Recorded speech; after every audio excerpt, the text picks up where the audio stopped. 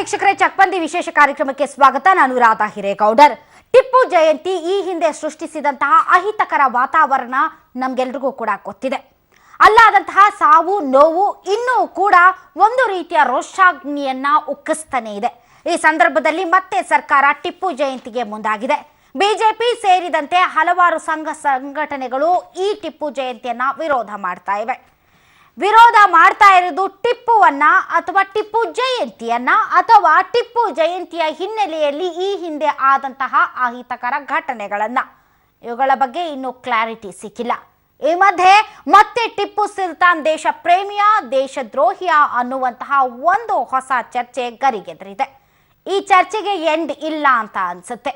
ಆದರೆ ಟಿಪ್ಪುವನ್ನ ತೆಗೆದುಕೊಂಡು ಒಂದು ಧರ್ಮಕ್ಕೆ ನಂಟು ಬೆಸೆದು ಹೀಯಾಳಿಸುವಂತಹ ಮತ್ತು ನಾವೆಲ್ಲರೂ ಓದಿ ತಿಳಿದುಕೊಂಡಿರುವಂತಹ ಟಿಪ್ಪುವಿಗೆ ವಿರುದ್ಧವಾದಂತಹ ಹೇಳಿಕೆಗಳಿಗೆ ಸಮರ್ಥನೆ ಹೇಗೆ ಸಿಗುತ್ತೆ?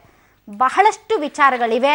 ಎಲ್ಲ ವಿಚಾರಗಳನ್ನ ಮುಂದಿಟ್ಟುಕೊಂಡು ಟಿಪ್ಪು ಜಯಂತಿಯ ಬಗ್ಗೆ ಇಂದಿನ ವಿಶೇಷ ಕಾರ್ಯಕ್ರಮದಲ್ಲಿ ನಾವು ಚರ್ಚೆ ನಡೆಸ್ತೀವಿ. ಟಿಪ್ಪು ದೇಶ ಪ್ರೇಮಿಯ ದೇಶದ್ರೋಹಿಯ ಟಿಪ್ಪು ಜಯಂತಿ ವಿಚಾರದಲ್ಲಿ ಧರ್ಮ ಸಂಘರ್ಷ ನಿಜಕ್ಕೂ ಕೂಡ ಸರಿಯೇ? ಹಿಂದೂ ಪರ ಪ್ರಗತಿಪರ ಘರ್ಷಣೆಯಿಂದ ಹೆಚ್ಚಾಗೋದಿಲ್ವಾ ಕೋಮುದ್ವೇಷ? ಇದರ ಹಿಂದಿದೆಯಾ ತಿಳಿಯಾದ ಕೊಳಕ್ಕೆ ಕಲ್ಲೆಸೆಯುವಂತಹ ದುರುದ್ದೇಶ?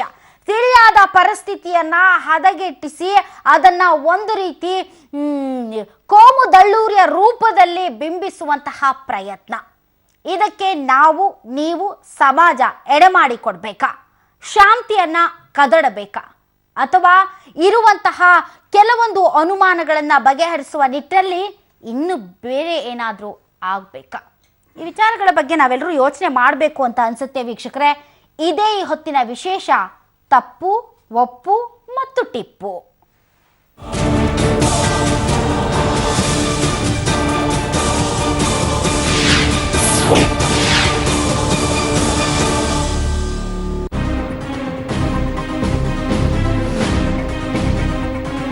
ಕಳೆದ ವರ್ಷದಂತೆ ಈ ವರ್ಷವೂ ನವೆಂಬರ್ 10ರಂದು ಟಿಪ್ಪು ಜಯಂತಿ ಆಚರಣೆಗೆ ಮುಂದಾಗಿದೆ ರಾಜ್ಯ ಸರ್ಕಾರ. ಕಳೆದ ವರ್ಷ ಸಾಕಷ್ಟು ವಿರೋಧಗಳ ನಡುವೆಯೇ ಟಿಪ್ಪು ಜಯಂತಿ ಆಚರಿಸಿದ ಪರಿಣಾಮ ಕೊಡಗಿನಲ್ಲಿ ನಡೆದ ಗಲಭೆಗೆ ಇಬ್ಬರು ಬಲಿಯಾಗಿದ್ರು. ಇದೀಗ ಮತ್ತೆ ಪ್ರತಿಪಕ್ಷ ಬಿಜೆಪಿ ಹಾಗೆ ಕೆಲ ಸಂಘಟನೆಗಳ ವಿರೋಧದ ನಡುವೆಯೇ ಸರ್ಕಾರ ಟಿಪ್ಪು ಜಯಂತಿ ಆಚರಣೆಗೆ ಮುಂದಾಗಿದೆ. ಕನ್ನಡ ಮತ್ತು ಸಂಸ್ಕೃತಿ ಇಲಾಖೆ ಈ ಬಾರಿ ಜಯಂತಿ ಆಚರಣೆ ಹೊಣೆಯನ್ನ ಹೊತ್ಕೊಂಡಿದೆ. ಕಳೆದ ಬಾರಿಯಂತೆ ಈ ಬಾರಿಯೂ ಟಿಪ್ಪು ಜಯಂತಿಗೆ ಕೊಡಗಿನಲ್ಲಿ ವ್ಯಾಪಕ ವಿರೋಧ ವ್ಯಕ್ತ ಆಗ್ತಾ ಇದ್ದು, ಯಾವುದೇ ಕಾರಣಕ್ಕೂ ಜಯಂತಿ ಆಚರಣೆ ಮಾಡೋದಕ್ಕೆ ಬಿಡೋದಿಲ್ಲ ಅಂತ ಕೊಡಗು ಜಿಲ್ಲಾ ಬಿಜೆಪಿ ಎಚ್ಚರಿಕೆ ಕೊಟ್ಟಿದೆ. ಹುಬ್ಬಳ್ಳಿಯಲ್ಲಿ ಮಾತನಾಡಿದಂತ ಬಿಎಸ್ವೈ, ಟಿಪ್ಪು ಜಯಂತಿ ಆಚರಣೆಗೆ ಸರ್ಕಾರ ಮುಂದಾಗ್ತಾ ಇರೋದು ಸರಿಯಲ್ಲ, ಇದರಿಂದಾಗಿ ಸಾಮಾಜಿಕ ಸ್ವಾಸ್ಥ್ಯ ಹಾಳಾಗುತ್ತೆ ಅಂತ ಹೇಳಿದ್ದಾರೆ. ಇನ್ನು ಬೆಂಗಳೂರಿನಲ್ಲಿ ಮಾತನಾಡಿರುವಂತಹ ಬಿಜೆಪಿ ಸಂಸದೆ ಶೋಭಾ ಕರಂದ್ಲಾಜೆ, ವೋಟ್ ಬ್ಯಾಂಕ್ ಸಲುವಾಗಿ ಕಾಂಗ್ರೆಸ್ ಟಿಪ್ಪು ಜಯಂತಿ ಆಚರಣೆ ಮಾಡೋದಕ್ಕೆ ಮುಂದಾಗ್ತಾ ಇದೆ ಅಂತ ಕಿಡಿಕಾರಿದ್ದಾರೆ. ಈಗಿನ ವಾತಾವರಣದ ಹಿನ್ನೆಲೆಯಲ್ಲಿ ಈ ಸಂದರ್ಭದಲ್ಲಿ ಈಗಾಗಲೇ ಕೊಲೆ ಸುಲಿಗೆ ಅನೇಕ ರೀತಿಯ ಹಗರಣಗಳು ನಡೀತಾ ಇರೋ ಸಮಯದಲ್ಲಿ ಇಂಥ ಸಾಹಸಕ್ಕೆ ಸರ್ಕಾರ ಕೈ ಹಾಕಬಾರ್ದು ಅಂತ ಮಾತ್ರ ಒಂದು ಕಿವಿ ಮಾತು ಹೇಳಕ್ಕೆ ನಾನು ಇಚ್ಛೆ ಪಡ್ತೇನೆ. ಕೇವಲ ವೋಟ್ ಬ್ಯಾಂಕ್ ರಾಜಕಾರಣದ ಸಲುವಾಗಿ ಮತಗಳ ಮಧ್ಯೆ ಧರ್ಮಗಳನ್ನ ಸೃಷ್ಟಿ ಮಾಡುವಂತ ವೈಷಮ್ಯವನ್ನು ಸೃಷ್ಟಿ ಮಾಡುವಂತ ಕೆಲಸವನ್ನ ಕಾಂಗ್ರೆಸ್ ಸರ್ಕಾರ ಮಾಡ್ತಾ ಇದೆ. ಇವತ್ತು ಸರ್ಕಾರದ ವೆಚ್ಚದಲ್ಲಿ ಟಿಪ್ಪು ಜಯಂತಿ ಆಚರಣೆ ಮಾಡುವುದನ್ನ ನಾವು ಸಂಪೂರ್ಣವಾಗಿ ವಿರೋಧ ಮಾಡ್ತಾ ಇದ್ದೀವಿ. ಈಗಾಗಲೇ ಹಾಸನ, ಚಿತ್ರದುರ್ಗ, ಮಡಿಕೇರಿ ಸೇರಿದಂತೆ ರಾಜ್ಯದ ಹಲವೆಡೆ ಟಿಪ್ಪು ಜಯಂತಿ ಆಚರಣೆಗೆ ವ್ಯಾಪಕವಾದಂತಹ ವಿರೋಧ ವ್ಯಕ್ತ ಆಗ್ತಾ ಇದೆ. ಟಿಪ್ಪು ಹಿಂದೂ ವಿರೋಧಿ, ಮತಾಂತರವಾಗದವರನ್ನ ಕೊಲೆ ಮಾಡಿಸಿದ್ದ ಅನ್ನುವಂತ ಕಾರಣವನ್ನ ಮುಂದಿಟ್ಕೊಂಡು ಟಿಪ್ಪು ವಿರೋಧಿಗಳು ವಾದ ಮಾಡ್ತಾ ಇದ್ದಾರೆ. ಆದ್ರೆ ಟಿಪ್ಪು ಪರವಾಗಿ ವಾದ ಮಾಡ್ತಾ ಇರುವವರು ಒಂದ್ ವೇಳೆ ಟಿಪ್ಪು ಹಿಂದೂ ವಿರೋಧಿಯೇ ಆಗಿದ್ದಲ್ಲಿ ಶ್ರೀರಂಗಪಟ್ಟಣ, ನಂಜನಗೂಡು ದೇವಸ್ಥಾನ ಕಟ್ಟೋಕೆ ಯಾಕೆ ಸಹಾಯ ಮಾಡ್ತಾ ಇದ್ದ ಅನ್ನುವಂತ ವಾದವನ್ನ ಮುಂದೆ ಇಡ್ತಾರೆ. ಒಟ್ಟಾರೆ ಟಿಪ್ಪು ವಿಚಾರದಲ್ಲಿ ಎದ್ದಿರುವಂತಹ ಈ ಎಲ್ಲಾ ವಾದ ವಿವಾದಗಳಲ್ಲಿ ಯಾವುದು ತಪ್ಪು ಯಾವುದು ಸರಿ ಅನ್ನೋದಕ್ಕೆ ಉತ್ತರ ಸಿಗಬೇಕಾಗಿದೆ.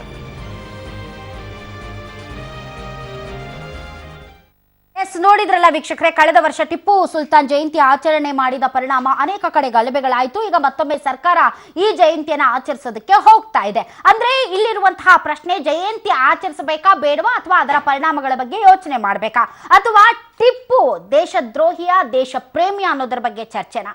ಅಥವಾ ಟಿಪ್ಪು ಕೇವಲ ಒಂದು ಧರ್ಮಕ್ಕೆ ಸೀಮಿತವಾಗಿ ಆ ಧರ್ಮಗಳ ನಡುವಿನ ಸಂಘರ್ಷದ ಬಗ್ಗೆ ಮಾತನಾಡಬೇಕಾ?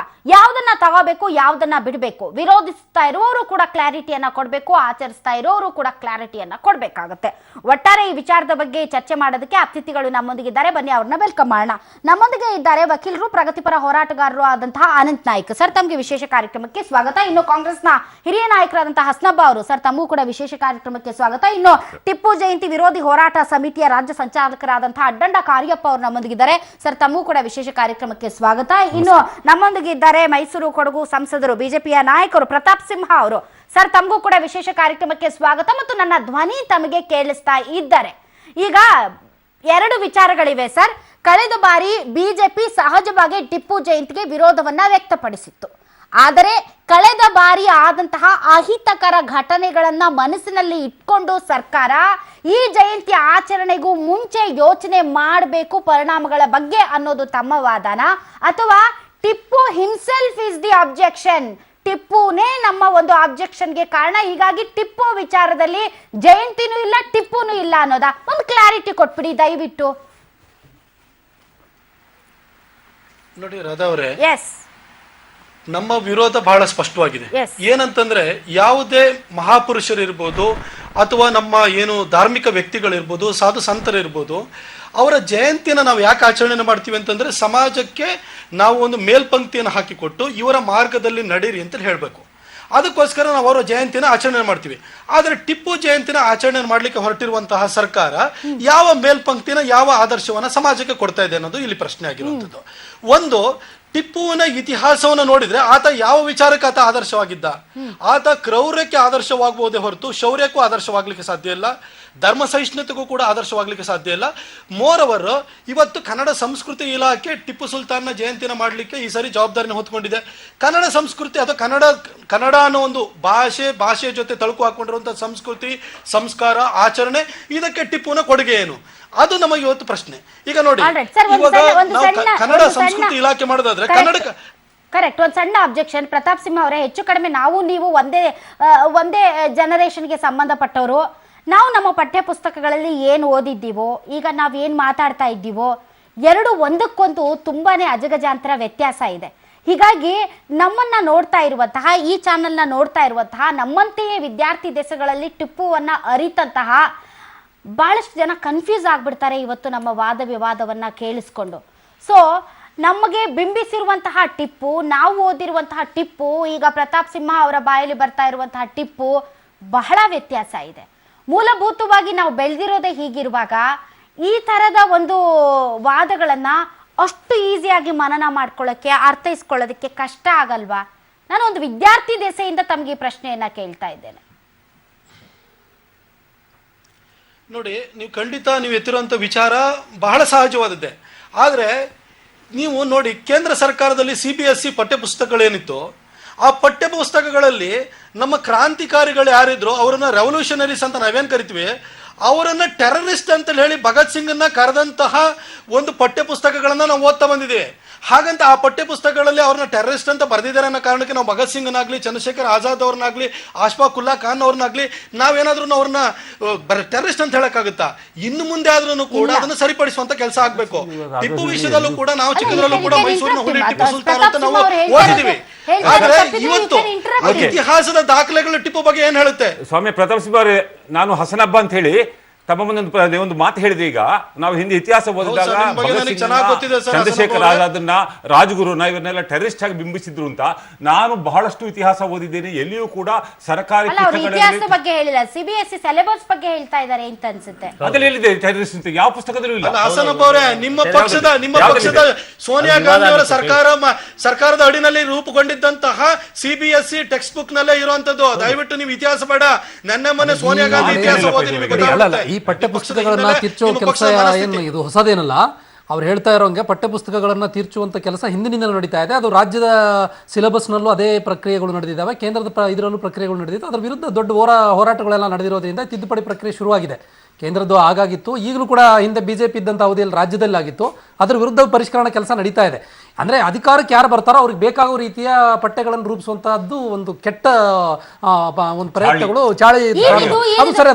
ನಾನು ಈಗ ಪ್ರತಾಪ್ ಸಿಂಹ ಅವರು ಕೇಳಿಸ್ಕೋಬೇಕು, ಅನಂತ್ ನಾಯ್ಕ್ ಅವರು, ಅಂದ್ರೆ ಕೇಂದ್ರ ಸರ್ಕಾರ ಅಥವಾ ರಾಜ್ಯದಲ್ಲಿ ಯಾವುದೇ ಒಂದು ಪಕ್ಷ ಅಧಿಕಾರಕ್ಕೆ ಬಂದಾಗ ಆ ಪಕ್ಷಕ್ಕೆ ಒಂದು ಧರ್ಮ ಅಥವಾ ಒಂದು ತತ್ವ ಸಿದ್ಧಾಂತ ತಾವು ಪಾಲಿಸ್ಕೊಂಡು ಬಂದಿರೋದನ್ನ ಇಡೀ ರಾಷ್ಟ್ರದ ಮೇಲೆ, ಇಡೀ ರಾಜ್ಯದ ಮೇಲೆ ಹೇರೋದು ಅದು ತಪ್ಪಲ್ವಾ? ಯಾವುದೇ ಪಕ್ಷ ಆಗ್ಲಿ, ಕಾಂಗ್ರೆಸ್ ಆರ್ ಬಿಜೆಪಿ, ಇತಿಹಾಸವನ್ನ ಯಾರು ತಿರ್ಚೋದಕ್ಕೆ ಸಾಧ್ಯ ಇಲ್ಲ. ಇತಿಹಾಸ ಮತ್ತು ಸಂಸ್ಕೃತಿಯನ್ನ ತಿರುಚುವಂತ ಕೆಲಸಗಳನ್ನ ಯಾವ ಕಾರಣಕ್ಕೂ ಯಾವ ಸರ್ಕಾರಗಳು ಯಾವ ಪಕ್ಷಗಳು ಮಾಡಬಾರ್ದು. ಬಹಳ ಅದು ಖಂಡನೀಯವಾದದ್ದು ಮತ್ತು ತಪ್ಪು ಸಂದೇಶ. ಅದು ಇಡೀ ನಮ್ಮ ಚರಿತ್ರೆನೇ ಅದನ್ನು ಮುಚ್ಚಾಕುವಂತ. ನೀವೊಂದು ಮಾತು ಹೇಳಿದ್ ನನಗೆ ನಾನು ಶುರು ಮಾಡ್ತೀನಿ. ನಾವು ಓದಿರುವ ಟಿಪ್ಪು ನಾವು ಓದಿರೋ ಟಿಪ್ಪು ಇದೆಯಲ್ಲ, ನಾವು ಓದಿರುವ ಟಿಪ್ಪು ಅದು ಜನಸಾಮಾನ್ಯರ ಟಿಪ್ಪು, ಅದು ಕನ್ನಡ ಪ್ರೀತಿಯನ್ನು ತೋರಿಸುವಂತ ಟಿಪ್ಪು, ಒಬ್ಬ ಸೈನಿಕರ ಟಿಪ್ಪು ನಾನು ಓದಿದ್ದೀನಿ. ಸಮಸ್ಯೆ ಏನಾಗ್ತದೆ, ಇಷ್ಟು ವರ್ಷಗಳ ಕಾಲ ಎಲ್ಲಿಯೂ ಕೂಡ ಮಾತನಾಡ್ತಾ ಇದ್ದಂತಹ ಬಿಜೆಪಿ ಅಥವಾ ಸಂಘ ಪರಿವಾರ ಏಕಾಏಕಿಯಾಗಿ ಕಳೆದ ವರ್ಷದಿಂದ ನೋಡಿ, ಕಳೆದ ವರ್ಷ ನಮ್ಮ ಯಡಿಯೂರಪ್ಪನವರು ಇದ್ರ ವಿರುದ್ಧ ಮಾತಾಡಿಲ್ಲ, ಈಗ ಮಾತಾಡೋಕೆ ಶುರು ಮಾಡಿದ್ದಾರೆ. ಅಂದ್ರೆ ಒಂದು ರೀತಿಯಲ್ಲಿ ಬಿಜೆಪಿ ಟಿಪ್ಪು ಅವರ ಜಯಂತಿಯನ್ನು ಇಟ್ಕೊಂಡು ಸಮಾಜದಲ್ಲಿ ಅಶಾಂತಿಯನ್ನು ಸೃಷ್ಟಿ ಮಾಡ್ಕೊಳ್ತಾ ಇದೆ. ಅವ್ರಿಗೆ ಇರುವಂತಹ ಪ್ರಶ್ನೆಗಳನ್ನ ಮಾತಾಡೋದ್ರ ಬದಲಾಗಿ ಒಂದು ರೀತಿಯಲ್ಲಿ ಇಲ್ಲಿ ಕೋಮು ಗಲಭೆಗಳನ್ನು ಸೃಷ್ಟಿ ಮಾಡೋದಕ್ಕೆ, ಹಿಂದೂ ಮತ್ತು ಮುಸ್ಲಿಮರ ಮಧ್ಯೆ ಅಶಾಂತಿಯನ್ನ ನಿರ್ಮಾಣ ಮಾಡೋದಕ್ಕಾಗಿ ಈ ಜಯಂತಿಯನ್ನು ದುರುಪಯೋಗ ಮಾಡಿಸ್ಕೊಳ್ತಾ ಇದ್ದಾರೆ. ಬಹಳ ಅಪಾಯ. ಕಾಂಗ್ರೆಸ್ ಅಂತ ಯಾಕೆ ನೀವು ಥಿಂಕ್ ಬಿಜೆಪಿ ಮತ್ತು ಕಾಂಗ್ರೆಸ್ ಎರಡು ನಿಮ್ಗೆ ಸಮಾನ? ಕಾಂಗ್ರೆಸ್ ಮತ್ತು ಬಿಜೆಪಿ ಪ್ರಶ್ನೆ ದೂರ ಇಡೋಣ. ಕಾಂಗ್ರೆಸ್ ಎರಡೂ ಪ್ರಶ್ನೆ ದೂರ ಇಡೋಣ. ಟಿಪ್ಪುವಿನ ಕೊಡುಗೆಗಳೇನು ಅಂತ ಟಿಪ್ಪುವಿನ ಕೊಡುಗೆಗಳು ಅನ್ನೋದಕ್ಕಿಂತ ತಾವು ಹೇಳ್ತಾ ಇದ್ದೀರಾ ಟಿಪ್ಪು ಜಯಂತಿ ಆಚರಣೆಯನ್ನ ವಿರೋಧಿಸುವ ಮೂಲಕ ಬಿಜೆಪಿ ಕೋಮುದಳ್ಳೂರಿಗೆ ಪ್ರೋತ್ಸಾಹ ಕೊಡ್ತಾ ಇದೆ ಅಂತ ತಾವು ಹೇಳ್ತಾ ಇದ್ರೆ ಒಂದ್ ನಿಮಿಷ,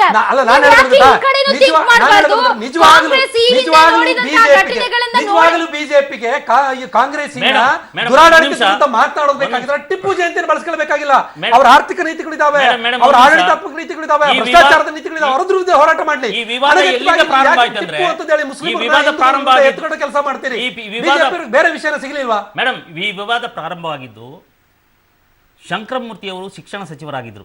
ಬಿಜೆಪಿಯ ಶಂಕರಮೂರ್ತಿ ಅವರು ಶಿಕ್ಷಣ ಸಚಿವರಾಗಿದ್ದಾಗ, ಈಗಲ್ಲ, ಈಗ ಅವರು ಚೇರ್ಮನ್ ಯಾವ ಪಕ್ಷಕ್ಕೆ ಸೇರಿದವರಲ್ಲ, ಶಿಕ್ಷಣ ಸಚಿವರಾಗಿದ್ದಾಗ, ಶಂಕರಮೂರ್ತಿ ಅವರು ಶಿಕ್ಷಣ ಸಚಿವರಾಗಿದ್ದಾಗ ಬಿಜೆಪಿ ಸರ್ಕಾರದಲ್ಲಿ ಯಾವುದೋ ಒಂದು ಸೆಮಿನಾರಿನಲ್ಲಿ ಅಥವಾ ಯಾವುದೋ ಒಂದು ಸಭೆಯಲ್ಲಿ ಒಂದು ಪ್ರಸ್ತಾಪವನ್ನು ಮಾಡಿದ್ರು, ಟಿಪ್ಪು ಸುಲ್ತಾನ್ ಕನ್ನಡ ದ್ರೋಹಿ ಅಂತ.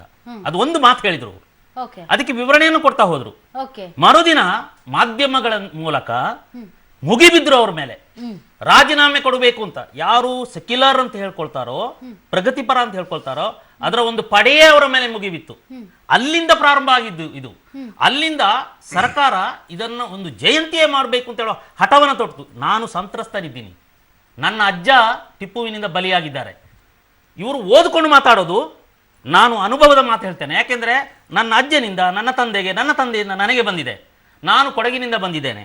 ಟಿಪ್ಪು ಸುಲ್ತಾನ್ ಕೊಡಗಿನ ಮೇಲೆ ಏನು ದೌರ್ಜನ್ಯ ಮಾಡಿದ್ದಾನೆ, ನನ್ನ ಜನಾಂಗದ ಮೇಲೆ, ಕೊಡವರ ಮೇಲೆ ಎಷ್ಟು ಅತ್ಯಾಚಾರ ಮಾಡಿದ್ದಾನೆ, ಎಷ್ಟು ಮತಾಂತರ ಮಾಡಿದ್ದಾನೆ, ಇದರ ದಾಖಲೆಗಳ ಸಮೇತ ನಾನು ಮಾತಾಡ್ಲಿಕ್ಕೆ ಇಲ್ಲಿ ಬಂದಿದ್ದೇನೆ. ಒಂದು ಸ್ಪಷ್ಟಪಡಿಸ್ತೇನೆ.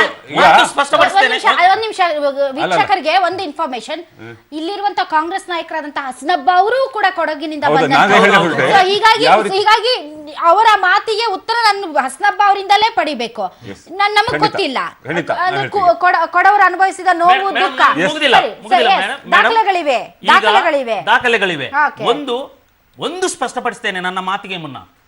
ಕೊಡವರು, ಕೊಡಗಿನ ಜನ ಮುಸ್ಲಿಂ ವಿರೋಧಿಗಳಲ್ಲ. ಇಲ್ಲಿ ಟಿಪ್ಪು ಅಂತ ಹೇಳಿದಾಗ ಮುಸ್ಲಿಂ ಹೇಳೋ ಪ್ರಶ್ನೆ ಬರೋದ್ರಿಂದ ನಾವು, ಯಾಕೆಂದ್ರೆ ಕೊಡವರು ಮುಸ್ಲಿಮರು ಆಚರಿಸುವ ಉರೂಸ್ ಹಬ್ಬಗಳಲ್ಲಿ ತಕ್ಕ ಮುಖ್ಯಸ್ಥರು ಅಂದ್ರೆ ಮುಖಂಡರಾಗಿ ಕಾರ್ಯನಿರ್ವಹಿಸ್ತಾ ಇದ್ದಾರೆ.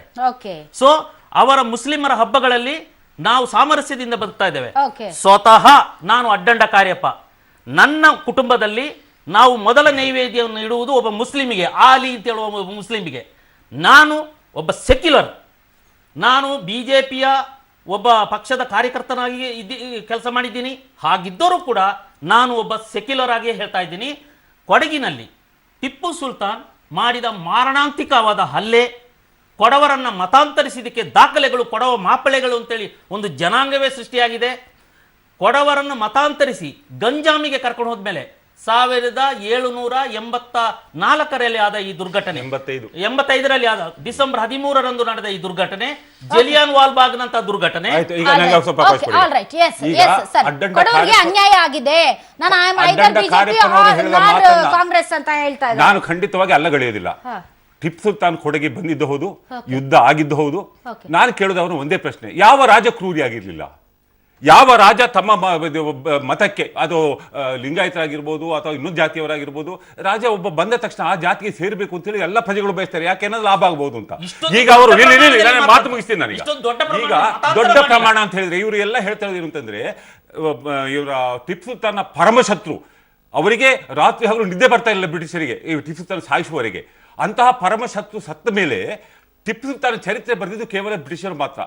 ವಿಲಿಯಂ ಕರ್ಕ್ ಪ್ಯಾಟ್ರಿಕ್, ರೈಸ್ ಮುಂತಾದಂತವರು. ನನಗೆ ಅವಕಾಶ ಕೊಡಿ, ನೀವು ಸುಳ್ಳು ಸ್ಥಾಪಿತ ಮಾಡಿ. ಆಮೇಲೆ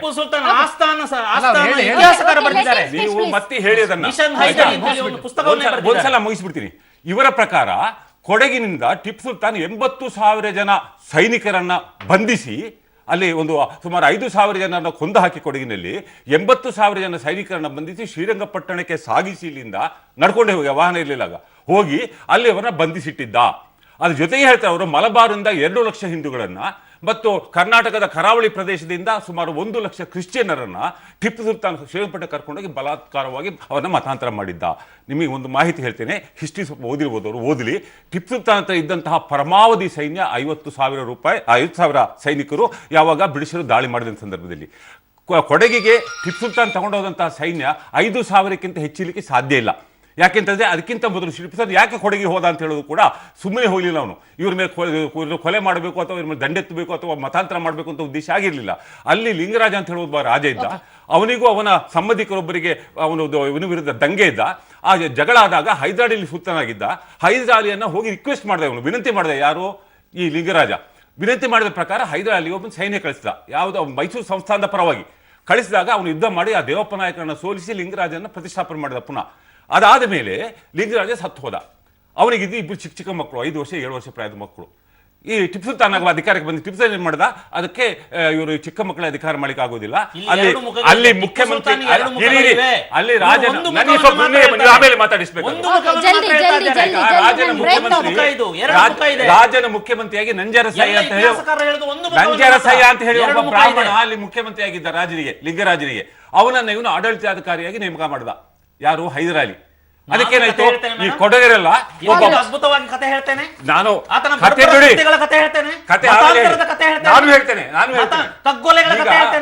ಅಜ್ಜ ಸತ್ತಿದ ಕತೆ ಹೇಳ್ತೇನೆ. ಆ ಸುಬ್ಬನರಸಯ್ಯನ ವಿರುದ್ಧವಾಗಿ ಹಿರಿಯಪ್ಪ ನೀವು ಆಮೇಲೆ ಮಾತಾಡಿ, ನೀವು ಆಮೇಲೆ ಮಾತಾಡಿ, ನನ್ನ ಅವಕಾಶ ಇದೆ, ಇದು ನನ್ನ ಅವಕಾಶ. ನಾನು ನಿಮ್ಮ ವಿರುದ್ಧ ಅಲ್ಲ, ನಾನು ಕೊಡವರ ವಿರುದ್ಧ ಮಾತಾಡಿಲ್ಲ. ಕೊಡಗಿನ ಮಣ್ಣು ತಿಂದಿದ್ದೀನಿ, ನಾನು ಅನ್ನ ತಿಂದಿದ್ದೀನಿ. ಹೇಳೋದು ಕೇಳಿ. ಆಗೇನಾಯ್ತು, ಸುಬ್ಬನರಸಯ್ಯನ ವಿರುದ್ಧವಾಗಿ ಕೊಡವರು ದಂಗೆದ್ರು, ಏನು ಬ್ರಾಹ್ಮಣನ ರಾಜನಾಗಿ ಸ್ವೀಕರಿಸ ಸಾಧ್ಯ ಇಲ್ಲ ಅಂತ. ಅದನ್ನ ಅಲ್ಲಿ ಆ ದಂಗೆನ ಅಡಗಿಸಲಿಕ್ಕೆ ಅಲ್ಲಲ್ಲ ಟಿಪ್ಪು ಸುಲ್ತಾನ್ ಸೈನ್ಯ ಕಳಿಸ್ತಾ 2,000 ಜನ ಹೋದ್ರು. ಆ 2,000 ಜನರನ್ನು ಅಮಾನುಷವಾಗಿ ಕೊಂದು ಹಾಕಿದ್ರು ಅಲ್ಲಿ. ಆಮೇಲೆ ಇನ್ನೊಂದು ತಂಡ ಕಳಿಸ್ತಾ ಅವರು ಯುದ್ಧದಲ್ಲೇ ಅಲ್ಲಿಯೂ ಕೂಡ ಆಯ್ತು. ಒಂದ್ ನಿಮಿಷ ಓಕೆ ಯುದ್ಧದಲ್ಲಿ ಅವ್ರನ್ನ ಕೊಂದ್ರು ಇವ್ರನ್ನ ಕೊಂದ್ರು, ಅಲ್ಲಿಂದ ತಂದ್ರು ಅಂತ ಹೇಳ್ತಾರೆ. ಆಮೇಲೆ ಮತ್ತೆ ಯುದ್ಧದ ಬಗ್ಗೆ ಮಾತಾಡಲ್ಲ, ಮತಾಂತರದ ಬಗ್ಗೆ. ಈಗ ನನಗಿರುವಂತಹ ಪ್ರಶ್ನೆ, ನಾನು ಟಿಪ್ಪು ಮತಾಂತರ ಮಾಡಿದ್ರ, ಟಿಪ್ಪು ಯುದ್ಧ ಮಾಡಿದ್ರ, ಅಥವಾ ಟಿಪ್ಪು ದೇಶ ಪ್ರೇಮಿನ ಅಥವಾ ಟಿಪ್ಪು ದೇಶದ್ರೋಹಿಯ, ಅವರ ಜಯಂತಿ ಆಚರಿಸಬೇಕಾ ಆಚರಿಸಬಾರ್ದಾ ಅಂತ ಇತಿಹಾಸವನ್ನ ಕೆದಕೋದಕ್ಕಿಂತ ಈ ಹಿಂದೆ ಆದಂತಹ ಘಟನೆಗಳನ್ನ ನೆನಪಿನಲ್ಲಿಟ್ಟುಕೊಂಡು ಯಾವುದೋ ಒಂದು ಕಾರ್ಯಕ್ರಮ ಅಥವಾ ಯಾವುದೋ ಒಂದು ಕೆಲಸ ಮಾಡುವಾಗ ಅದರ ಪರಿಣಾಮಗಳ ಬಗ್ಗೆ ಯೋಚನೆ ಮಾಡ್ತಾ ಇದ್ದೀವಿಯಾ ನಾವು, ಅದರ ಬಗ್ಗೆ ನಾವು ಈ ಸದ್ಯದ ಪರಿಸ್ಥಿತಿಗೆ ಅದು ತುಂಬಾ ಇಂಪಾರ್ಟೆಂಟ್ ಅಂತ ಅನ್ಸುತ್ತೆ.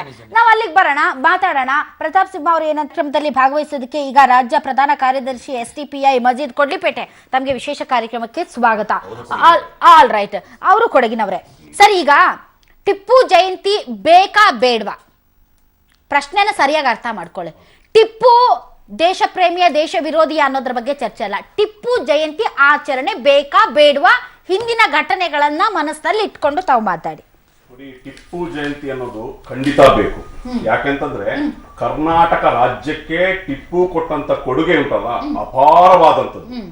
ಯಾವ ರೀತಿ ನಾವು ಮಹಾಪುರುಷರುಗಳನ್ನ, ಅವರು ಕೊಟ್ಟ ಕೊಡುಗೆಗಳನ್ನ ಅನ್ಕೊಂಡು ಅವರಿಗೊಂದು ಗೌರವನ ಕೊಡ್ತೀವೋ, ಅದೇ ರೀತಿ ಕರ್ನಾಟಕಕ್ಕೆ ಟಿಪ್ಪು ಕೊಟ್ಟಂತ ಕೊಡುಗೆ ಇದೆಯಲ್ಲ, ಅದು ಬಹಳ ದೊಡ್ಡದು, ಭಾರತಕ್ಕೂ ಕೂಡ. ಅದು ಬಹಳ ಕರ್ನಾಟಕದ ವಿಶೇಷವಾಗಿ ನಾನು ಪ್ರಸ್ತಾಪಿಸಬೇಕು ಅಂತಂದ್ರೆ, ಕರ್ನಾಟಕಕ್ಕೆ ರೇಷ್ಮೆಯನ್ನು ತಂದಂಥದ್ದು ಟಿಪ್ಪು ಸುಲ್ತಾನ್. 1794ರಲ್ಲಿ ಕನ್ನಂಬಾಡಿ ಕಟ್ಟೆಗೆ ಅಡಿಪಾಯ ಹಾಕಿದ್ದಂಥದ್ದು ಈಗಲೂ ಕೂಡ ಶಿಲಾಶಾಸನ ಇದೆ ಟಿಪ್ಪು ಸುಲ್ತಾನ್. ಅದೇ ರೀತಿ ಬಹಳ ಮುಖ್ಯವಾಗಿ ನಾನು ಪ್ರಸ್ತಾಪಿಸಲೇಬೇಕಾದದ್ದು, ಏನು ಒಂದು ಹೀನಾಯ ಪರಿಸ್ಥಿತಿ ಇತ್ತು ಇಲ್ಲಿನ ಹೆಣ್ಣು ಮಕ್ಕಳ, ಹಿಂದುಳಿದ ಹೆಣ್ಣು ಮಕ್ಕಳ, ನಂಬೂದರಿಗಳು ಮತ್ತು ನಾಯರ್ಗಳು, ಹೆಣ್ಣು ಮಕ್ಕಳಿಗೆ ನಂಬೂದರಿ ಮತ್ತು ನಾಯರ್ ಅಲ್ಲದ ಯಾವ ಹೆಣ್ಣು ಮಕ್ಕಳು ಕೂಡ ಮೇಲುಡುಗೆ ತೊಡ್ಕೊಂತಿಲ್ಲ, ಅವರಿಗೆ ಬ್ಲೌಸ್ ಟ್ಯಾಕ್ಸ್ ಕೊಡಬೇಕಿತ್ತು ಕೇರಳದಲ್ಲಿ. ಅಂತಹ ಹೀನಾಯ ಪರಿಸ್ಥಿತಿಯಲ್ಲಿ ನನ್ನ ರಾಜ್ಯದಲ್ಲಿ ಯಾವ ಹೆಣ್ಣು ಮಕ್ಕಳು ಕೂಡ ಗೌರವದಿಂದ ಇರಬೇಕು ಅನ್ನೋ ಒಂದು ಕಾರಣಕ್ಕೆ ಅವತ್ತಿನಿಂದಲೇ ಕಟ್ಟಪಣೆ ಮಾಡಿ ಮೇಲುಡುಗೆ ತೊಡಿಸಿದ್ದಲ್ಲ. ಇಂತಹ ದೊಡ್ಡ ಒಂದು ದೂರದೃಷ್ಟಿ ಚಿಂತನೆ ಇದೆಯಲ್ಲ, ಒಂದು ಉದಾರ ಮನೋಭಾವನೆ ಇದೆಯಲ್ಲ, ಅದು ಎಲ್ಲೂ.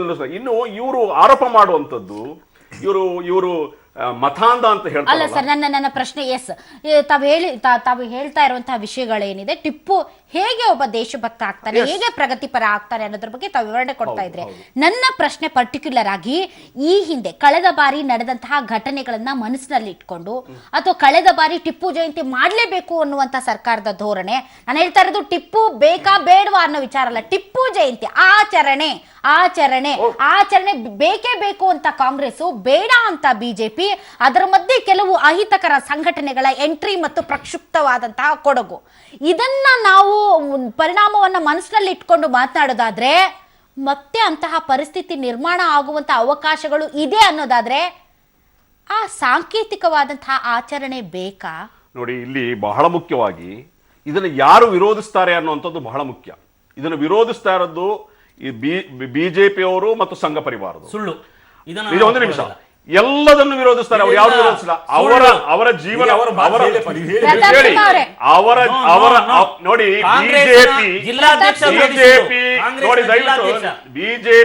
ಬಿಜೆಪಿ ಅವರ ಮುಸ್ಲಿಂ ವಿರೋಧಿ ಧೋರಣೆ,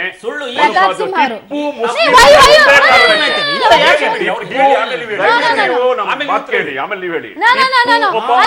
ಮುಸ್ಲಿಂ ವಿರೋಧಿ ಧೋರಣೆ ಅನ್ನೋದ ಅಂತ ಹೇಳ್ತಾನೆ ತಾವು, ಯಾಕೆ ಟಿಪ್ಪುವನ್ನ ತಾವು ಒಂದು ಧರ್ಮಕ್ಕೆ ಸೀಮಿತರಾಗಿ ನಾನು ಹೇಳ್ತಾ ಇರೋದು, ಇವರು ವಿರೋಧ ಮಾಡ್ತಾ ಇರೋದು ಧರ್ಮ ಅಲ್ಲ. ನಾನು ಹೇಳ್ತಾ ಇರೋದು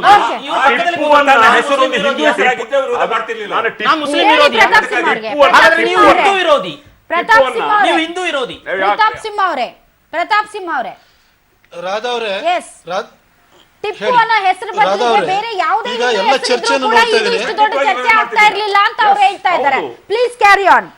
ಅಲ್ಲ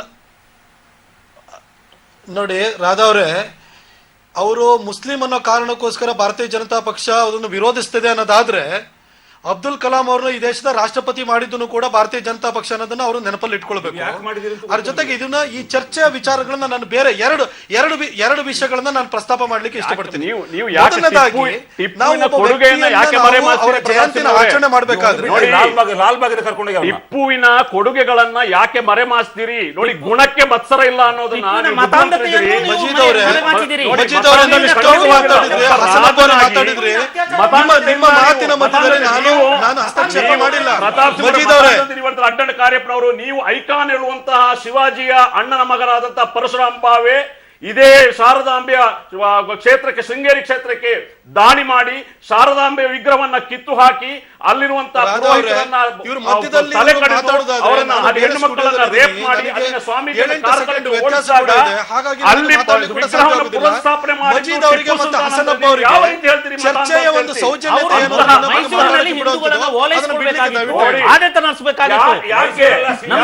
ಮೈಸೂರಿನಲ್ಲಿ ಭಾಗಮಂಡಲವನ್ನು ಲೂಟಿ ಮಾಡಿದ್ದಾರೆ, ತಲಕಾವೇರಿಯನ್ನು ಲೂಟಿ ಮಾಡಿದ್ದಾರೆ,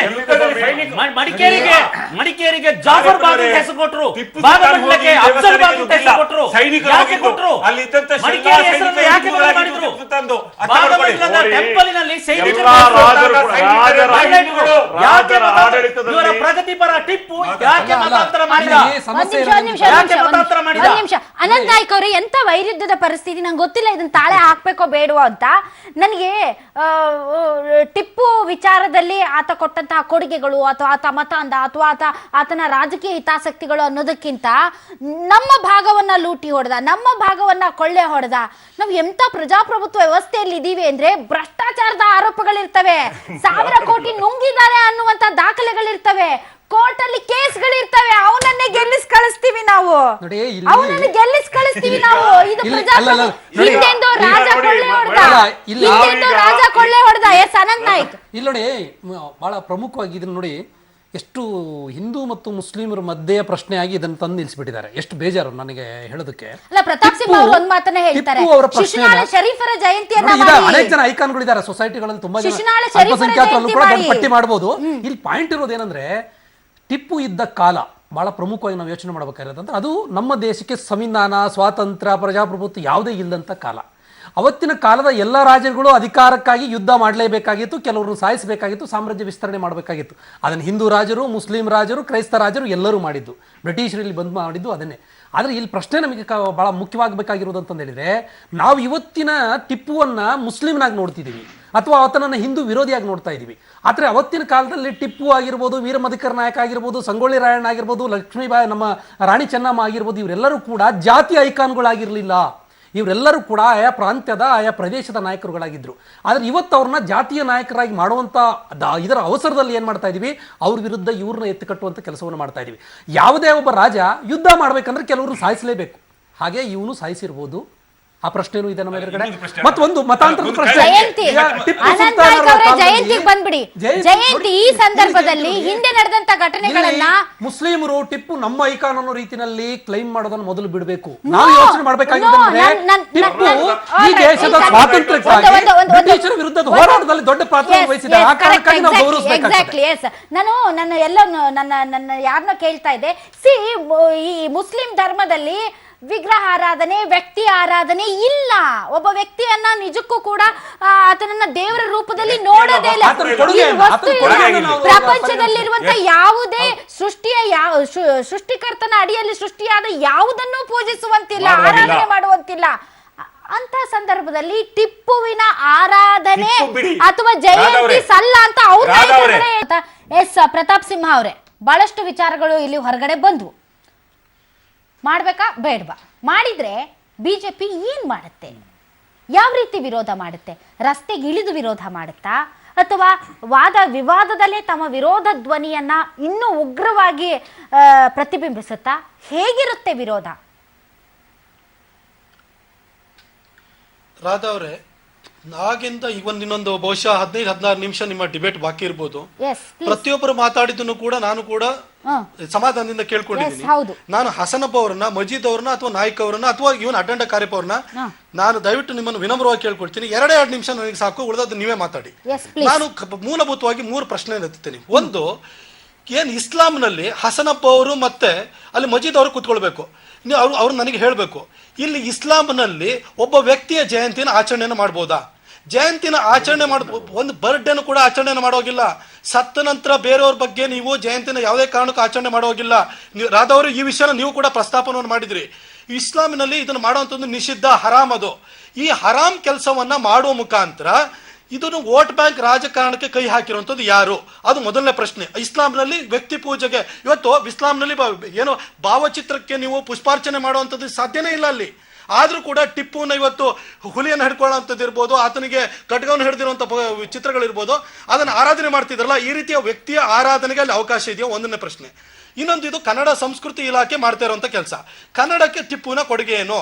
ಇವತ್ತು ನೋಡಿ, ಇವತ್ತು ನಮ್ಮ ಲ್ಯಾಂಡ್ ಡಾಕ್ಯುಮೆಂಟ್ಸ್ ನೋಡಿ, ತರಿ, ತಕ್ತೆ, ಕುಷ್ಕಿ ಅಥವಾ ಬಂಜರು, ಬಗೈರ್ ಹುಕುಮ್ಮು, ಶಿರಸ್ತೇದಾರ, ಕಾವಂದ, ಈ ಯಾವುದೇ ಪದಗಳನ್ನು ತೆಗೆದುಕೊಳ್ಳಿ, ಈ ಲ್ಯಾಂಡ್ ಡಾಕ್ಯುಮೆಂಟ್ಸ್ ಅಲ್ಲಿ ಈ ಪದಗಳನ್ನು ಹೇರಿದಂತ ವ್ಯಕ್ತಿ ಟಿಪ್ಪು.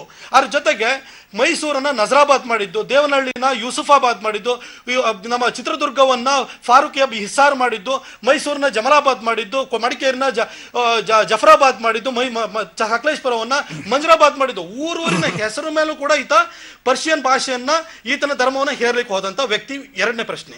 ಇನ್ನೊಂದೇನು ಅಂತಂದ್ರೆ, ಒಬ್ಬ ವ್ಯಕ್ತಿಯನ್ನ ನಾವು ಆದರ್ಶ ವ್ಯಕ್ತಿ ಅಂತ ಹೇಳಿ ನಾವು ಸಮಾಜಕ್ಕೆ ಕೊಡುವಾಗ, ಸಮಾಜಕ್ಕೆ ನೀವು ಇವತ್ತು ಇಸ್ಲಾಂನಲ್ಲಿ, ಮುಸ್ಲಿಂ ಧರ್ಮದಲ್ಲಿ ಅಥವಾ ಭಾರತೀಯ ಮುಸ್ಲಿಂ ಮುಸ್ಲಿಮರಲ್ಲಿ ಐಕಾನ್ಗಳಿಗೆ ಖಂಡಿತ ಕೊರತೆ ಇಲ್ಲ, ಸಾಕಷ್ಟು ಜನ ಐಕಾನ್ಗಳು ಇದ್ದಾರೆ. ಆದರೆ ಟಿಪ್ಪುವನ್ನೇ ಕೊಡ್ತಿರಲ್ಲ. ಇವತ್ತು ನಾವು ಚಿತ್ರದುರ್ಗದಲ್ಲಿ ಹೋಗಿ ಟಿಪ್ಪು ಅಂತ ಹೇಳಿದಾಗ ಮದಕರಿ ನಾಯಕನನ್ನ ಇಷ್ಟಪಡುವವರಿಗೆ ಟಿಪ್ಪು ಯಾವ ರೀತಿಯಲ್ಲಿ ಯಾವ ಚಿತ್ರಣ ಬರುತ್ತೆ. ಮೈಸೂರಿನಲ್ಲಿ ನಮ್ಮ ರಾಜವಂಶಸ್ಥರಿಂದಾಗಿ ಇವತ್ತು ಅನ್ನ ನೀರನ್ನೆಲ್ಲ ಕುಡಿತಾ ಇರುವಂಥದ್ದು ಈ ಭಾಗದವರು. ಆನಂತರ ಅಲ್ಲೊಂದು ಹೊಸ ಇತಿಹಾಸವನ್ನು ಹೇಳಿದ್ರು, ಟಿಪ್ಪು ಕನ್ನಂಬಾಡಿ ಕಟ್ಟೆಗೆ ಅಡಿಗಲ್ಲು ಇಟ್ಟ ಅಂತೇಳಿ. ಬಹುಶಃ ಅವರು ಸೃಷ್ಟಿ ಮಾಡುವಂತ ಇತಿಹಾಸ ಇರಬಹುದು. ಆದ್ರೆ ಈ ಭಾಗದ ಜನಕ್ಕೆ ಏನ್ ಅನ್ಸುತ್ತೆ ಟಿಪ್ಪುನ ಆಚರಣೆ ಮಾಡ್ಲಿಕ್ಕೆ ಹೋದಾಗ? ಮಡಿಕೇರಿನಲ್ಲಿ ಸಾವಿರಾರು ಜನ ತಮ್ಮ ವಂಶಸ್ಥರನ್ನ ಕಳ್ಕೊಂಡಿರುವಂತ ಕೊಡವರಿಗೆ ಯಾವ ಭಾವನೆ ಬರುತ್ತೆ? ಹೀಗೆ ಸಮಾಜದ ಬೇರೆ ಬೇರೆ ವ್ಯಕ್ತಿಗಳಿಗೆ ಅಥವಾ ಬೇರೆ ಬೇರೆ ಸಮಾಜಗಳಿಗೆ ನೋವನ್ನ ತಂದುಂಟು ಮಾಡಿರುವಂತಹ ವ್ಯಕ್ತಿಯ ಜಯಂತಿನ ಆಚರಣೆಯನ್ನ ಸರ್ಕಾರ ಮಾಡ್ಲಿಕ್ಕೆ ಹೊರಟಾಗ ಖಂಡಿತ ಈ ರೀತಿ ವಿರೋಧ ವ್ಯಕ್ತವಾಗುವಂಥದ್ದು ಸಹಜ. ಖಂಡಿತ ಅವರನ್ನ ನೀವು ಆದರ್ಶವಾಗಿ ಸಮಾಜಕ್ಕೆ ಕ್ರೌರ್ಯದ ಪ್ರತೀಕವಾಗಿರುವಂತಹ ಟಿಪ್ಪು ವಿಚಾರದಲ್ಲಿ ನನ್ನ ಪ್ರಶ್ನೆಗೆ ಉತ್ತರ ಹಾಗೆ ಉಳಿತು. ವಿರೋಧ ಅಂದರೆ ಹೇಗೆ? ಬರೀ ಮಾತಲ್ಲ, ಅಥವಾ ಚರ್ಚೆಗಳಲ್ಲ, ಅಥವಾ ಬೀದಿಗಿಳಿದ ಪ್ರತಿಭಟನೆಯ ಮೂಲಕವ? ಅದೇ ವರಿಂಗ್ ಫ್ಯಾಕ್ಟರಿಗಿರೋದು.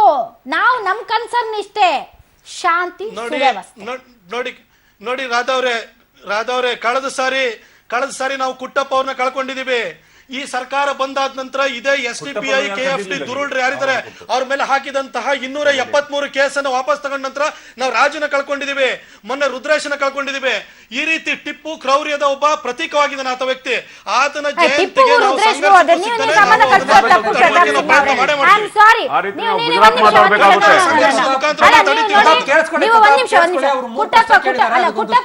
ಕುಟ್ಟಪ್ಪ ಅವ್ರದ್ದು ಓಕೆ, ಬಟ್ ನೀವು ಅಲ್ಲಿ ಇವ್ರದ್ದು ಮೈಸೂರಲ್ಲಿನ ಕಾರ್ಯಕರ್ತರು ಮತ್ತೆ ರುದ್ರೇಶ್ ಅವ್ರಿಗೂ ಟಿಪ್ಪು ಅವ್ರಿಗೂ ಲಿಂಕ್ ಮಾಡಬೇಡಿ ದಯವಿಟ್ಟು.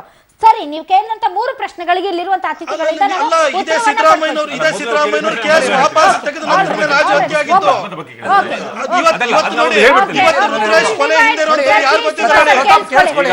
ಸರ್ ಪ್ಲೀಸ್ ನಾನು ಒಂದೊಂದು ಪ್ರಶ್ನೆ ಒಬ್ಬೊಬ್ರಿಗೆ ಹಾಕ್ಬಿಡ್ತೀನಿ. ಚಿತ್ರದುರ್ಗದ್ದು ನೀವು you are the better person because ನೀವು ಚಿತ್ರದುರ್ಗದಿಂದ ಇದ್ದೀರಿ ಅನಂತ್ ನಾಯ್ಕ ಅವರೇ. ಆಮೇಲೆ ನೀವು ಯಾವ ಪಕ್ಷಕ್ಕೂ ಸೇರಿಲ್ಲ ಅಂತ ನನ್ನ ಭಾವನೆ, ನಂಗೆ ಗೊತ್ತಿಲ್ಲ, ನನ್ನ ನಂಬಿಕೆ. ಚಿತ್ರದುರ್ಗದ ಹೇಳ್ಬಿಡಿ ತುಂಬಾ ಶಾರ್ಟ್ ಆಗಿ. ನೋಡಿ, ಟಿಪ್ಪು ಅವರ ಕಾಲ ಅಥವಾ ನಮ್ಮ ವೀರ ಮದಕರಿ ನಾಯಕರ ಕಾಲ ಅಥವಾ ಯಾವುದೇ ರಾಜರ ಕಾಲ ಅದು ಇವತ್ತಿನ ಸ್ವಾತಂತ್ರ್ಯದ ನಂತರದ ಕಾಲ ಅಲ್ಲ. ಎಲ್ಲ ರಾಜರುಗಳು ಕೂಡ ತಮ್ಮ ಆಸ್ಥಾನವನ್ನು ವಿಸ್ತರಣೆ ಮಾಡ್ಕೊಳ್ಳೋ ಕಾಲಕ್ಕಾಗಿ ಯುದ್ಧಗಳು ನಡೆದಿದ್ದಾವೆ. ಇಲ್ಲಿ ಪ್ರಶ್ನೆ ಇರೋದು ಏನಂದ್ರೆ, ಮದಕರಿ ನಾಯಕ ಮತ್ತು ಟಿಪ್ಪು ಮಧ್ಯೆ ಈಗ ಅದನ್ನು ಹೆಚ್ಚು ಮಾಡಲಿಕ್ಕೆ ಸಂಘ ಪರಿವಾರ ಯಾಕೆ ಪ್ರಯತ್ನ ಮಾಡ್ತಾ ಇದೆ ಅಂತ ಹೇಳಿದ್ರೆ ಅವರ ರಾಜಕೀಯ ಕಾರಣಕ್ಕಾಗಿ. ಅದರ ನಿಜವಾದಂಥ ವಾಸ್ತವ ಏನಂದ್ರೆ, ಮದಕರಿ ನಾಯಕ ಮತ್ತು ಟಿಪ್ಪು ಈ ಹೈದರಾಲಿಯ ಮಧ್ಯೆ ಗಲಾಟೆಗಳನ್ನು ಮಾಡಿಸೋದಕ್ಕಾಗಿ ಆ ಕಡೆ ನಿಜಾಮರನ್ನು ಬಳಸ್ಕೊಂಡಿದ್ದಾರೆ, ಆ ಕಡೆ ಮರಾಠರನ್ನು ಬಳಸ್ಕೊಳ್ಳುವಂತಹ ಕುತಂತ್ರವನ್ನು ಅವತ್ತಿನ ಕಾಲದ ಬ್ರಾಹ್ಮಣ ರಾಜಗಳಿಗೂ ಮಾಡಿದ್ದಾರೆ. ಆ ಕುತಂತ್ರವನ್ನು ಬಯಲು ಎಳೆಯೋದಕ್ಕೆ ಸಾಧ್ಯ ಆಗದ ಇತಿಹಾಸಕಾರರು ಏನೇನೋ ತಪ್ಪು ಪ್ರಯತ್ನಗಳನ್ನು ಮಾಡಿರೋದ್ರಿಂದ ಸುಮ್ಮನೆ ಎತ್ಕೊಳ್ತಾರೆ. ಇಲ್ಲೊಂದು ಪ್ರಶ್ನೆ ಏನಂದ್ರೆ ನನಗೆ ಇವರಿಗೆ, ಟಿಪ್ಪು ಅವರ ಸೈನ್ಯದ ಒಳಗಡೆ ಅತಿ ಹೆಚ್ಚು ST ಸಮುದಾಯದ ಹಿಂದುಳಿದ ವರ್ಗದ ಸೈನಿಕರಿದ್ರು, ನಾಯಕರು ಮರಿಬಾರದು. ಸುಮ್ಮನೆ ಸಮುದಾಯಗಳನ್ನು ಎತ್ತುಕಟ್ಟು ಕೆಲಸವನ್ನು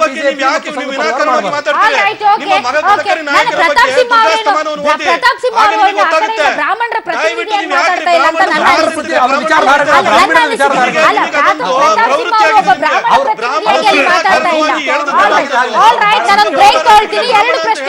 ಎರಡು ಪ್ರಶ್ನೆಗಳು ಜೊತೆಗೆ ನಾನು ಅಡ್ಡಂಡ ಕಾರ್ಯಪ್ಪ ಸರ್ಗೂ ಕೂಡ ಅವಕಾಶ ಕೊಡಬೇಕು. 2 ಪ್ರಶ್ನೆಗಳು. ಒಂದು, ಜಯಂತಿಯ ಆಚರಣೆ ಮುಸ್ಲಿಂ ಧರ್ಮದಲ್ಲಿ ಇದೆಯಾ? ನಂಬರ್ 1.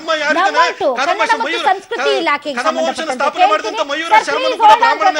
ಆಲ್ ರೈಟ್, ಓಕೆ, ಕಾರ್ಯಕ್ರಮ ಆರಂಭ ಆಗಿದೆ. Yes sir. ಈಗ ಅವ್ರು ಹೇಳಿದೊಂದು ಮುಂದೆ ನಮ್ಮ ಧರ್ಮಕ್ಕೆ ಸಂಬಂಧಪಟ್ಟದ್ದು. ನಮ್ಮ ಪೈಗಂಬರ್ ಮೊಹಮ್ಮದ್ ರಸೂಲುಲ್ಲಾಹ ಸಲ್ಲಲ್ಲಾಹು ಅಲೈಹಿ ವಸಲ್ಲಂ ಅವ್ರು ಬದುಕಿದ್ದಾಗಲೇ ಹೇಳಿದ್ರು, ನಾನು ದೇವರಲ್ಲ. ಮೊಹಮ್ಮದ್ ಪೈಗಂಬರ್ ಅನ್ನಿ ಸರ್, ನಮ್ಗೆ ನೀವು ಏನೇನು ಹೇಳಿದ್ರಿ, ಯಾರ್ದು ಹೇಳ್ತೀರಿ? ನಮ್ಮ ಧರ್ಮದ ಪೈಗಂಬರು. ಓಕೆ, ಅವರು ಕುರಾನಲ್ಲಿ ಹೇಳಿದೆ, ಅವರು ಹೇಳಿದ್ರು, ಪೈಗಂಬರು ಹೇಳಿದ್ರು, ಅಲ್ಲಾಹು ಒಬ್ಬನೇ ದೇವರು, ನಾನು ದೇವರಲ್ಲ. ನನ್ನ ಬಗ್ಗೆ ಯಾವ ರೀತಿಯಲ್ಲಿ ಒಂದು ಕೂಡ ನನ್ನನ್ನು ವೈಭವೀಕರಿಸಬಾರದು. ಅವರ ಚಿತ್ರ ತೆಗಿಲಿಕ್ಕೆ ಬಿಟ್ಟಿಲ್ಲ ಯಾರಿಗೂ ಕೂಡ, ಅವ್ರು ಬರೀಲಿಕ್ಕೆ ಕೂಡ ಬಿಟ್ಟಿಲ್ಲ ಚಿತ್ರವನ್ನ. ಅವರ ಸತ್ತ ಮೇಲೆ ಅವರ ಸಮಾಧಿ ಇದೆಯಲ್ಲ, ಆ ಸಮಾಧಿಯ ಒಂದು ಕುರುಹು ಇಲ್ಲ, ಮೈದಾನ ಅದು. ಈ ರೀತಿ ಇರುವಂತಹ ಸ್ಥಿತಿಯಲ್ಲಿ ಈದ್ ಮಿಲಾದ್ ಆಚರಣೆ ನಮ್ಮ ಭಾರತದಲ್ಲಿ ಎಂದಿಗೂ ಇರಲಿಲ್ಲ.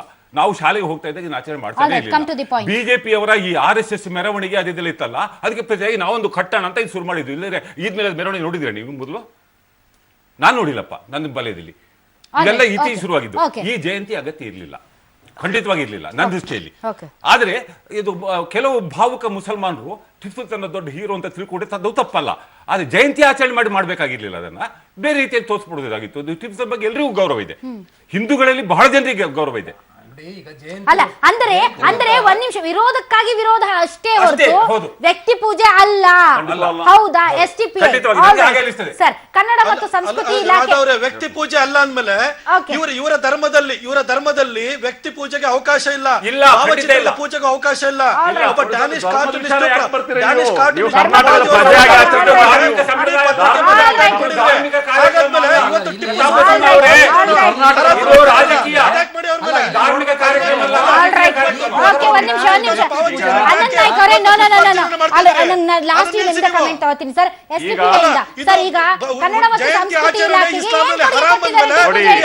ಬಹಳ ಮುಖ್ಯವಾಗಿ ಒಬ್ಬ ಮೆಂಬರ್ ಆಫ್ ಪ್ರತಾಪ್ ಸಿಂಹ ಅವರೇ ಸ್ವಲ್ಪ ಕೇಳಿ, ನಿಮ್ಮ ಮಾತು ನಾವು ಕೇಳಿದೀವಿ. ಒಬ್ಬ ಮೆಂಬರ್ ಆಫ್ ಪಾರ್ಲಿಮೆಂಟ್ ಆಗಿ ನೀವು ತಿಳ್ಕೊಳ್ಬೇಕಾಗಿರುವಂತದ್ದು ಏನು ಅಂತ ಹೇಳಿದ್ರೆ, ಕರ್ನಾಟಕದಲ್ಲಿರುವಂತ ಎಲ್ಲಾ ಮಹಾಪುರುಷರ ಜಯಂತಿ ಕೂಡ ಕನ್ನಡ ಮತ್ತು ಸಂಸ್ಕೃತಿ ಇಲಾಖೆಯಿಂದ ಆಚರಣೆ ಮಾಡುವಂತದ್ದು. ಅದಕ್ಕೋಸ್ಕರ ಆಚರಣೆ ಮಾಡಿದರೆ ಒಂದು ನಿಮಿಷ ಕೇಳಿ. ಇನ್ನು ಕನ್ನಡದ ಬಗ್ಗೆ ನೀವು ಮಾತಾಡ್ತೀರಲ್ಲ, 1790 ಕನ್ನಡದ ಬಗ್ಗೆ ಮಾತಾಡ್ತಿದ್ದೀರಿ ನೀವು. ಈ ಬಿಜೆಪಿ ಎಲ್ಲರೂ ಕೂಡ ಕನ್ನಡ ಶಾಲೆಯಲ್ಲಿ ಓದ್ತಿದಾರಾ? ಈಗ ಬ್ರಿಟಿಷರು ಜಲಿಯನ್ ವಾಲಾ ಬಾಗ್ ಹತ್ಯಾಕಾಂಡ ಮಾಡಿದ್ರು, ಭಾರತವನ್ನ ಗುಲಾಮರನ್ನಾಗಿ ಮಾಡಿದ್ರು. ನಾವು ಇಂಗ್ಲಿಷ್ ಅನ್ನು ಅಪ್ಪಿಕೊಂಡಿದ್ದೇವೆ. ಯಾವ ಕನ್ನಡದ ಬಗ್ಗೆ ನೀವು ಮಾತಾಡ್ತಿದ್ರಿ? ಇನ್ನು ಗೊತ್ತಿರಲಿ, ಹೈದರ್ ಅಲಿ ತನ್ನ ಮಗ ಕನ್ನಡ ಬೇಸನ್ನು ನೇಮಿಸಿದ್ರು. ಅದೇ ರೀತಿ ಆಡಳಿತ ಭಾಷೆ ಕನ್ನಡ ಸೈನಿಕರಿಗೆ ನೀಡಿದ ಬಿಲ್ಲೆ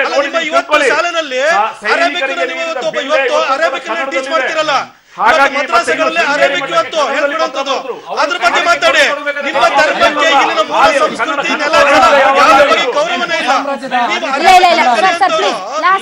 ಸಂಸ್ಕೃತಿ ಸಂಸ್ಕೃತಿಯನ್ನ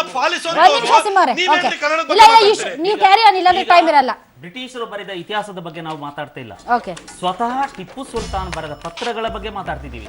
ಡಾಕ್ಟರ್ KM ಫಣಿಕರ್ ಅಂತ ಹೇಳುವ ಚೀನಾದ ರಾಯಭಾರಿಯಾಗಿದ್ದಂಥವರು, ಮೈಸೂರು ವಿಶ್ವವಿದ್ಯಾಲಯದ ಕುಲಪತಿ ಆಗಿದ್ದವರು, ಆ ಪತ್ರಗಳನ್ನ ಇಂಗ್ಲಿಷ್ಗೆ ಭಾಷಾಂತರಿಸಿದ್ದಾರೆ. ಅದರಲ್ಲಿ ಸ್ವತಃ ಹೇಳ್ಕೊಂಡಿದ್ದಾರೆ, ಮತಾಂತರವೇ ನನ್ನ ನೀವು ವಿರೋಧಿಸ್ತೀರಾ ಸರ್? ವಿರೋಧಿಸ್ತಾರೆ, ಆಚರಿಸಬಾರ್ದು. ಟಿಪ್ಪು ಜಯಂತಿಯನ್ನ ಆಚರಿಸಬಾರದು. ಟಿಪ್ಪು ಜಯಂತಿಯ ದಿನ ಜನ ವಿರೋಧಿ ದಿನ, ಭಯೋತ್ಪಾದನಾ ದಿನ. ಇದು ಇದರಿಂದ ವಿಶೇಷ ನ್ಯೂಸ್ ಅಂದ್ರೆ ಪಬ್ಲಿಕ್ ಟಿವಿ. ಇದರ ಮೂಲಕ ಯಡಿಯೂರಪ್ಪನವರಿಗೆ ರಾಜಕೀಯ ಪುನರ್ಜನ್ಮವೂ ಸಿಕ್ಕಿತು. ಅಕ್ರಮ ಗಣಿಗಾರಿಕೆಗಾಗಿ 20 ಕೋಟಿ ರೂಪಾಯಿ ಕಿಕ್ ಬ್ಯಾಕ್ ಪಡೆದ ಪ್ರಕರಣದಲ್ಲಿ ಸಿಬಿಐ ವಿಶೇಷ ನ್ಯಾಯಾಲಯ ಇವತ್ತು ಯಡಿಯೂರಪ್ಪನವರಿಗೆ ಕ್ಲೀನ್ ಚಿಟ್ ಕೊಟ್ಟಿತು. ಕಳೆದ ಹಲವಾರು ದಿವಸಗಳಿಂದ ತುಂಬಾ ಸೀರಿಯಸ್ ಆಗಿರುವಂತಹ ವಾತಾವರಣ. 55 ದಿನಗಳ ಬಳಿಕ ಕಾಡಾನೆ ಸಿದ್ದನನ್ನ ಒಂದಷ್ಟು ಸರ್ಕಸ್ ಮಾಡಿ ಆತನಿಗೆ ರಿಲೀಫ್ ಕೊಡುವಂತಹ ಪ್ರಯತ್ನ ಆಯಿತು. ಆದರೆ ಎಲ್ಲವೂ ಕೂಡ ಈಗ ವಿಫಲ ಆದಂಗೆ ಕಾಣಿಸ್ತಾ ಇದೆ. ಕ್ರೇನ್ ಅನ್ನ ತರಿಸಿ ಕಾಡಾನೆ ಸಿದ್ದನನ್ನ ಎತ್ತೋದಕ್ಕೆ ಹೆಣಗಾಡಿ ಸೋತೋದ್ರು ಅರಣ್ಯ ಇಲಾಖೆಯ ಸಿಬ್ಬಂದಿಗಳು.